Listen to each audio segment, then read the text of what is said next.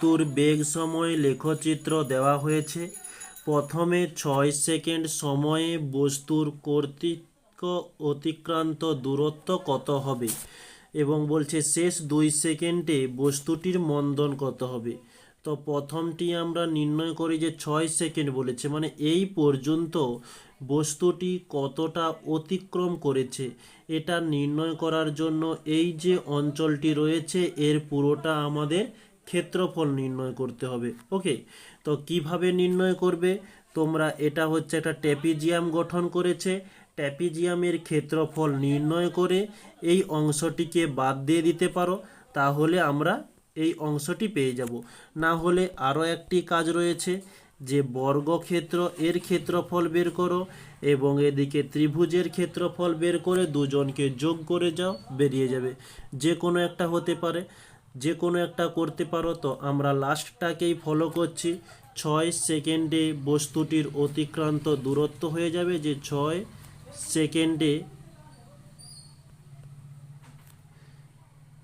বস্তুর অতিক্রান্ত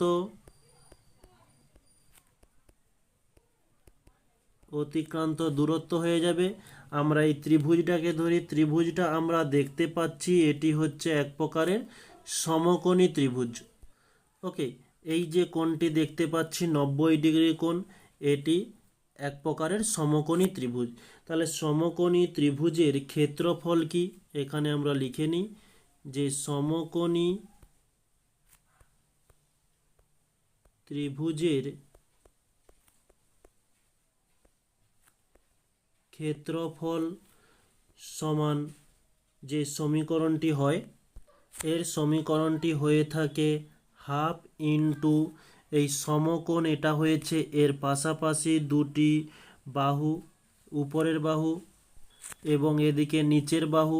এই নিচের বাহু এখানে 0 এখানে 2, এটি হচ্ছে 2 সেন্টিমিটার। আর এখান থেকে এই উপর পর্যন্ত দেখতে পাচ্ছ 30 দ্বারা চিহ্নিত রয়েছে, এটা হচ্ছে 30। তাহলে এই সমকোণের দুটি বাহুর গুণফল, তাহলে কি কি হচ্ছে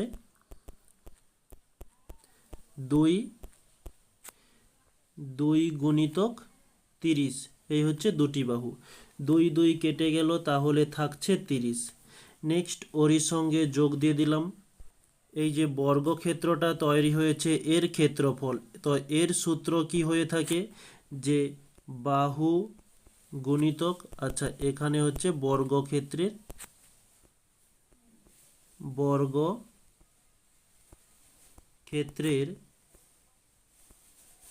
ক্ষেত্রফল। তো ওর সমীকরণটা কি হয় যে বাহু গুণিতক বাহু। তো বাহু কোনটা, এই যে উপরের একটা বাহু নিচের একটা বাহু, এটা যেহেতু সমান আমরা একটা বাহু ধরব, আর এদিকের বাহু দুটো সমান আমরা একটা বাহু ধরলাম।